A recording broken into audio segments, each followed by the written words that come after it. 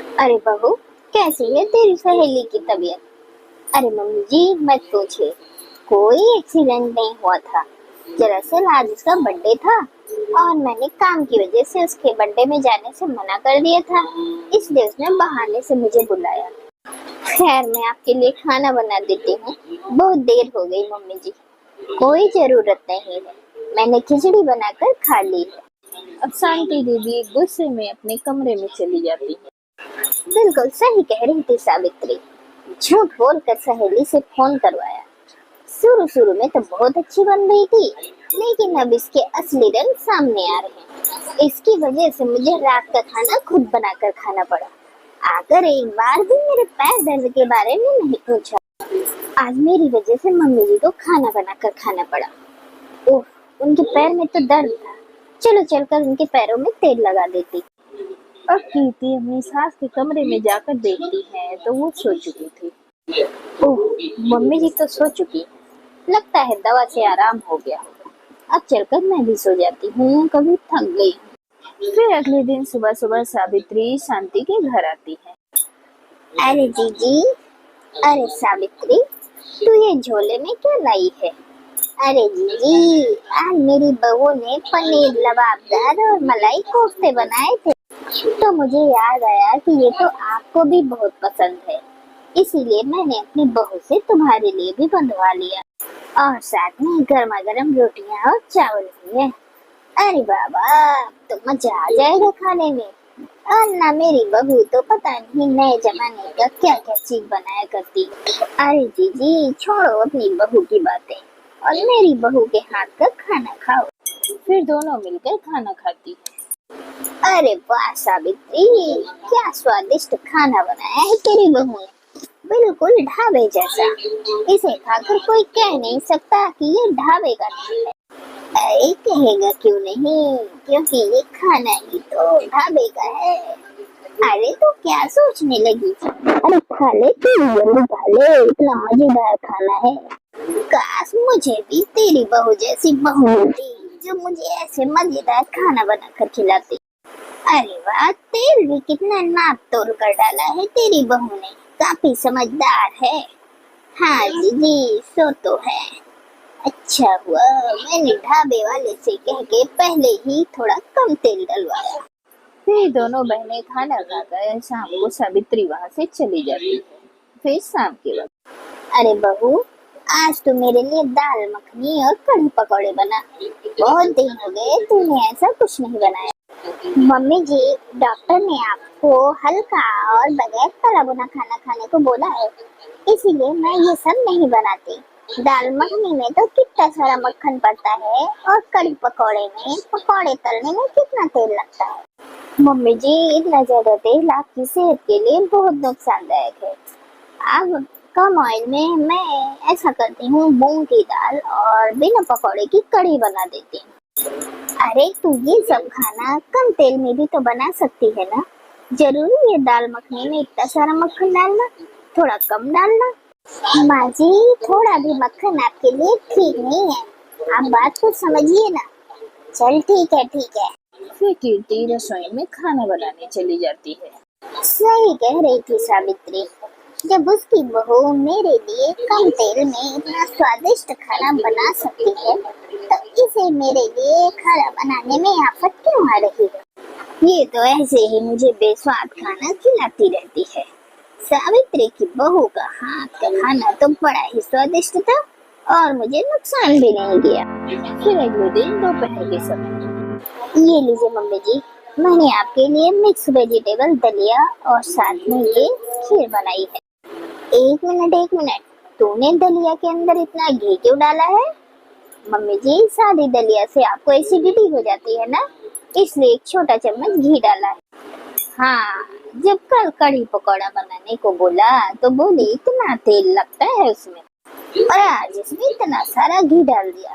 खाना नहीं है मेरा मन कुछ भी खाने का, समझी? लेकिन मम्मी जी, अरे बोला ना नहीं खाऊंगी, ले जाए सब। अब शांति देवी वहाँ से गुस्से में चली जाती है। फिर शाम के वक्त, आज तो मैं सावित्री के घर जाकर उसकी बहू के हाथ का स्वादिष्ट खाना खाऊंगी। कम से कम वो मेरे लिए कम तेल में बढ़िया स्वादिष्ट खाना तो बना देगी। फिर इतना कहकर शांति देवी बहन सावित्री के घर जाती है और घर के अंदर जैसे ही घुसती हैं तो वहां तो कुछ और ही नजारा देखने को मिलता है, जिसे देखकर तो शांति के होश उड़ जाते हैं। बाप रे बाप, हाथी के दांत खाने के कुछ और दिखाने के कुछ और है। ये तो कुछ और ही काया पलट हो गई। और इसमें चिकनी चुपड़ी बातें करके कुछ और ही सच्चाई बताई। इसे तो सबक सिखाना ही पड़ेगा। फिर अगले दिन सावित्री देवी शांति के घर एक डब्बा लेकर आती है। अरे आज तो इस डब्बे में क्या ले आई?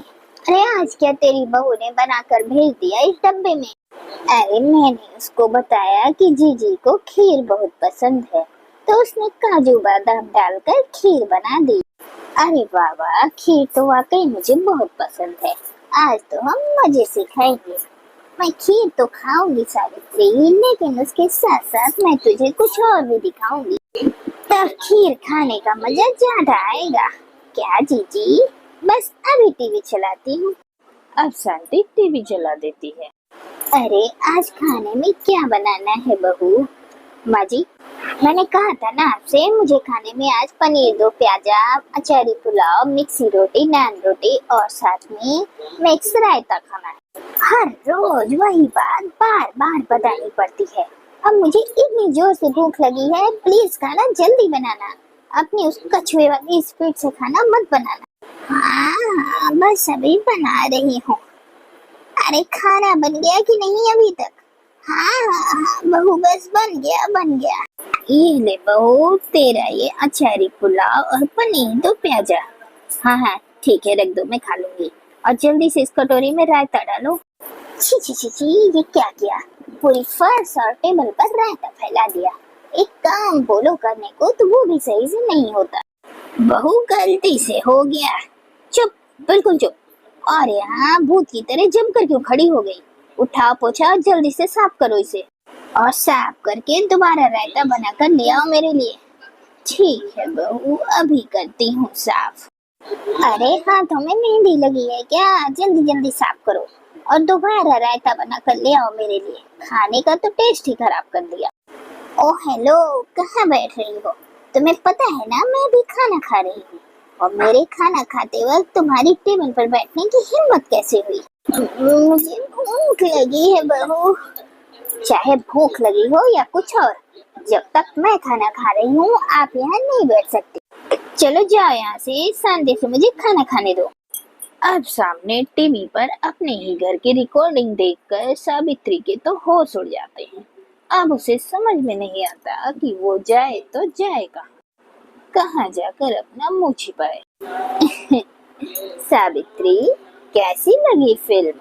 वो जी जी जी जी जी जी जी, अरे बोलना जीजी। ये जी जी क्या कर रही है? जीजी वो, बस बस, तुझे सफाई देने की कोई जरूरत नहीं है। मुझे पता है तेरे साथ कोई शब्द नहीं। बस, बहुत झूठ बोल लिया तूने। अपनी इस बहू की झूठी तारीफ कर करके तूने मेरी इतनी गुणवान बहू के प्रति भड़काया। शर्म आनी चाहिए तुझे। तू क्या कह रही थी कि तेरी बहू तेरे बिना एक निवाला भी नहीं खाती और हर महीने 5-6 साड़ियाँ ले आती है, मेरी इतनी सेवा करती है। तेरी बहू तेरी कितनी सेवा और खातिरदारी करती है, ये तो मैंने अपनी आंखों से देख लिया। असलियत सामने आ गई तेरी। तेरी वजह से मेरा रिश्ता मेरी बहू के साथ खराब हो गया। मेरी बहू सोना है सोना। तेरी वजह से मैंने अपनी बहू के साथ उसको भला बुरा कह के अपना रिश्ता खराब किया। मेरी इतनी अच्छी बहू है, इससे जलन की तूने, और मुझे मेरी इतनी गुणवती बहू के खिलाफ भड़काया। अरे मैं बहुत किस्मत वाली हूँ जो मुझे टीटू जैसी बहू मिली, और मेरी ये खुशी बर्दाश्त नहीं हुई तुझसे। तू तो इतनी जलनशील बचपन से ही है। मैंने सोचा बड़ी होके सुधर गई होगी, लेकिन तू तो बिल्कुल वैसी की वैसी ही है। इससे पहले कि मैं गुस्से में तुझे और कुछ कहूँ, तू चली जा यहाँ से। अब तो सावित्री अपनी ही नजरों में इतना गिर जाती है कि वह चुपचाप उठकर वहां से अपने घर चली जाती है। और फिर उस दिन के बाद से सावित्री दोबारा कभी शांति देवी की घर की तरफ मुड़कर देखती भी नहीं।